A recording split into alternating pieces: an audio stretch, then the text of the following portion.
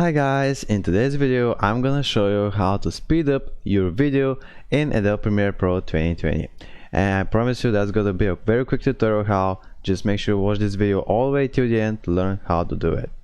First, choose some random video. I've chosen coffin dance oregano video. So how to speed up it? Just select it, right click on it, and now click on speed duration. And for here actually you can slow down the video or you can speed up it. So if you want to speed up it, just make it higher than 100%, let's say 150, like this, and click on OK. And as you can see now, when we play the video,